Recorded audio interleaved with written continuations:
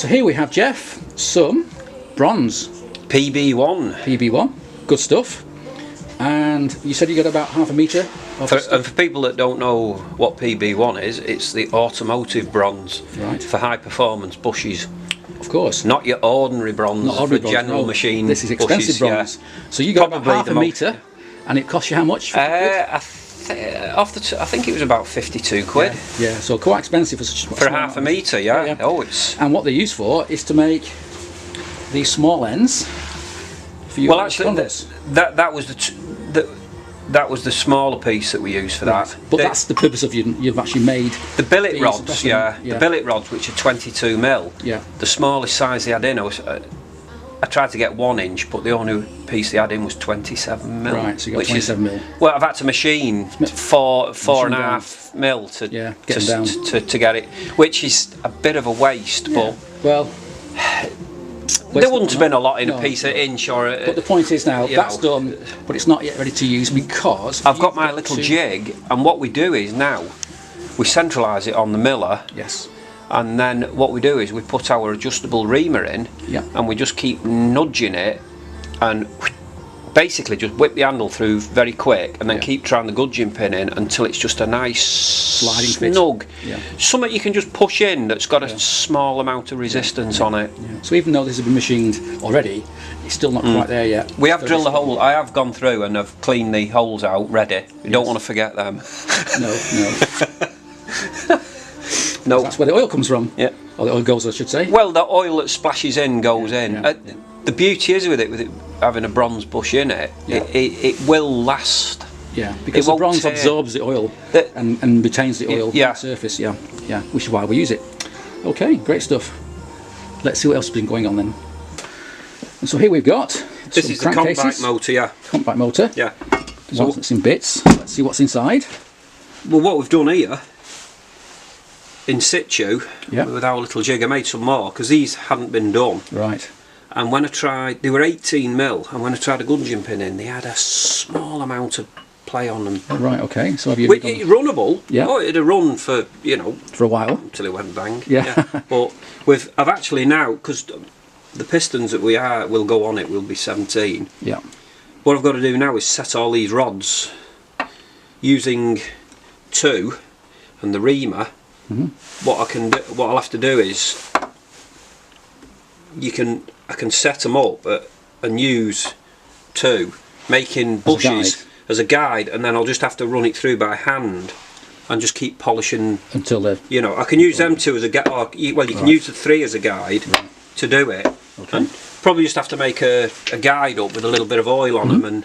Okay, I'm just going to slide past the camera because, hang on, that's okay, because I can show you, in comparison, there's a standard issue rod, even though you've modified it. Oh, these have got to have a bit more work done. But there's your billet rods, obviously a lot bigger, a lot stronger, and a lot heavier right now, but they won't be heavier for much longer once you've done some more machine work. Like I say, all these corners have to be rounded off. Everything's got to be radiused. Yeah, bit of weight off it, and obviously then it'll be ball grooved in there. Yeah. Whether I'm going to do it with a slot mill, I don't know yet. Okay, we'll see. And then of course it needs to be mirror polished before it goes in an engine. And then it'll be, like say, buffed so that there's no little cracks, serious scratches or anything. Yeah.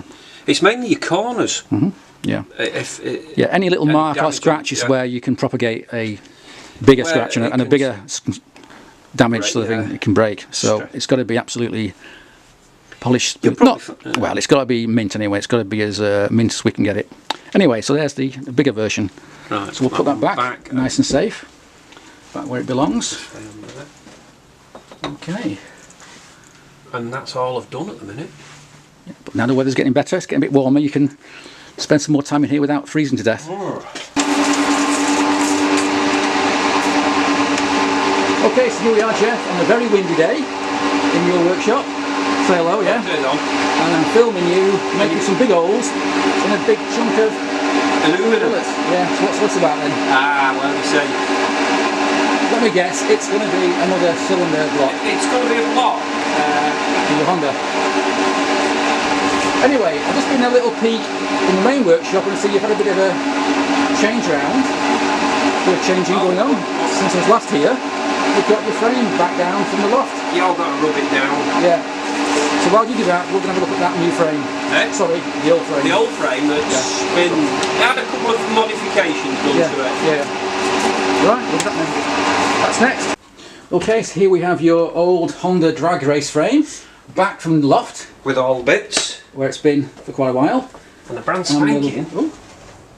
The original wheel with a brand spanking new tyre. Wow, let's have a look at that.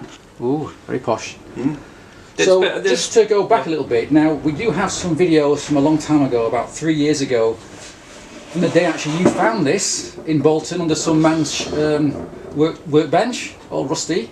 I think it was outside. Yeah, and you brought it back because you couldn't resist buying it back because you were building a replica of this bike. I wanted to build another one, but and it turns out then you found the original. So I've got enough bits to put another one together. Yeah, oh god, no, we'll do one at a time. Yeah.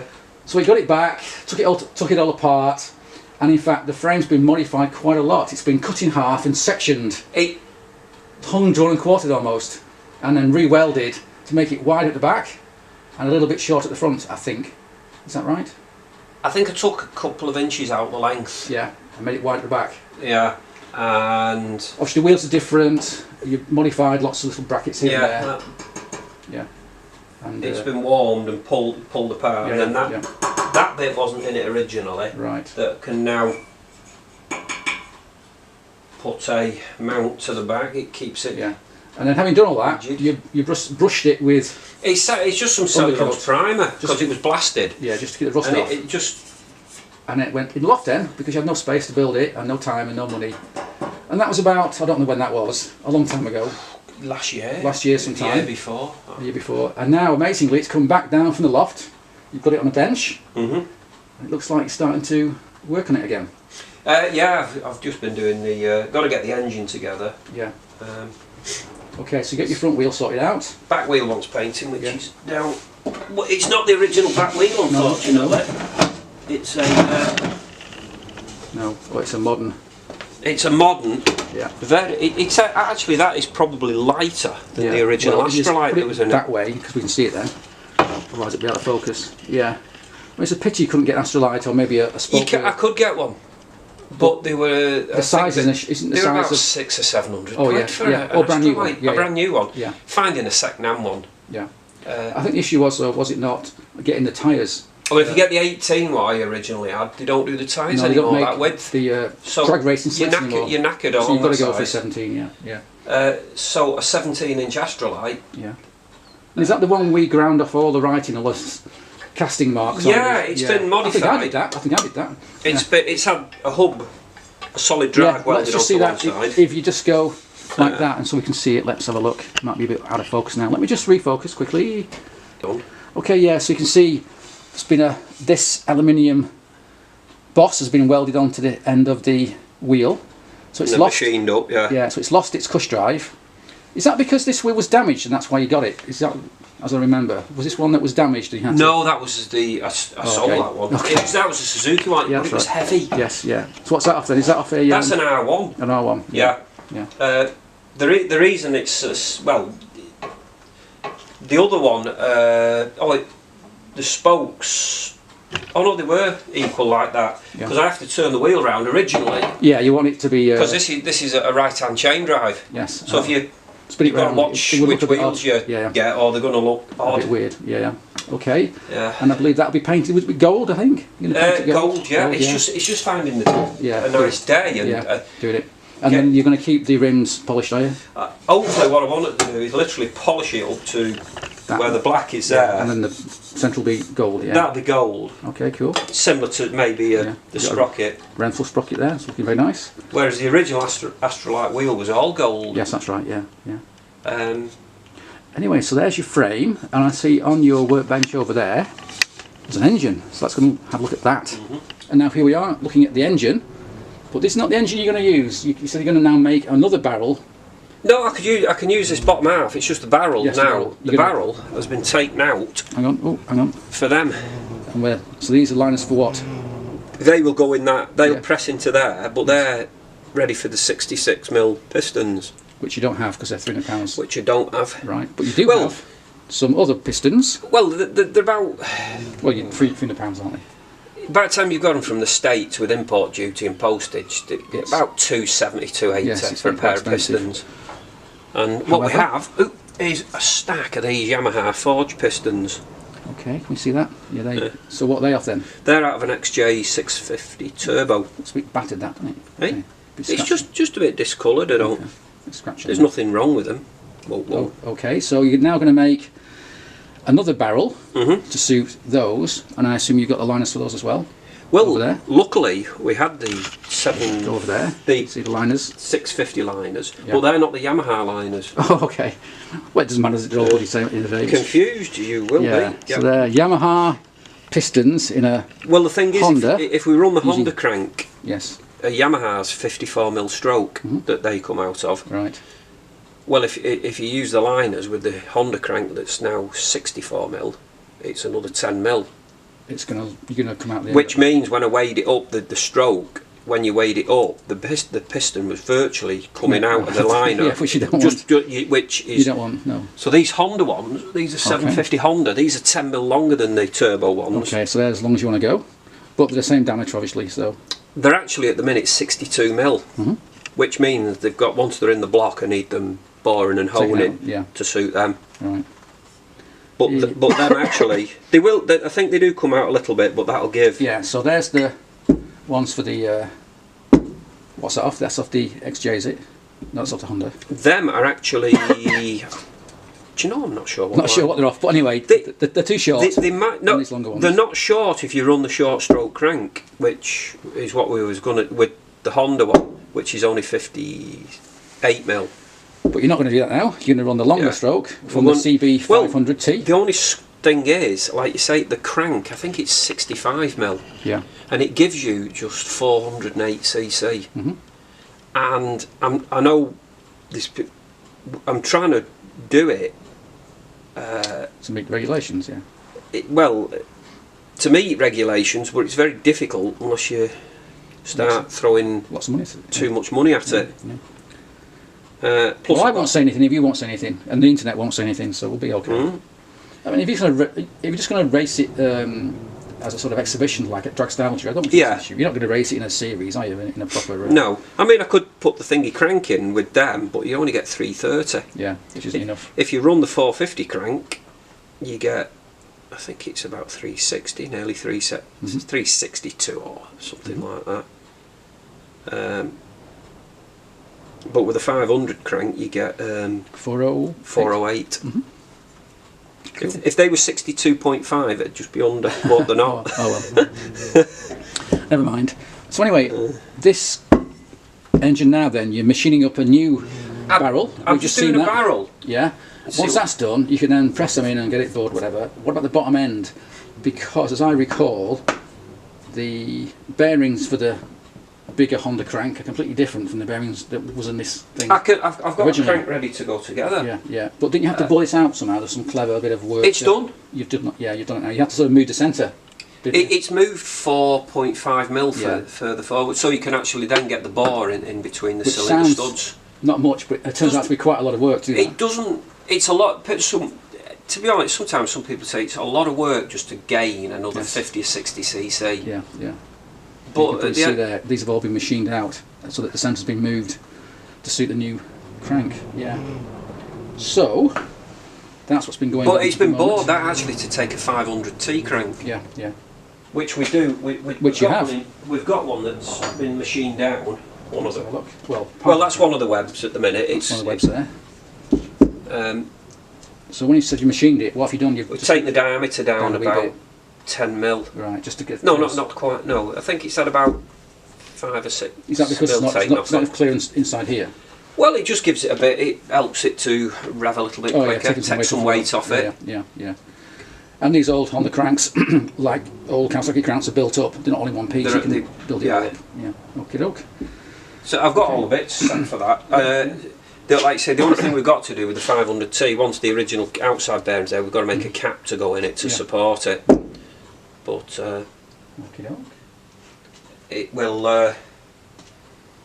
So yeah, we've got all the bits for that and rods. Okay. So when do you think then you'll have this engine together? Well, I've got to do a little... Once you finish the barrels, of course. Well, basically, to put it in the frame, you've got to build it up.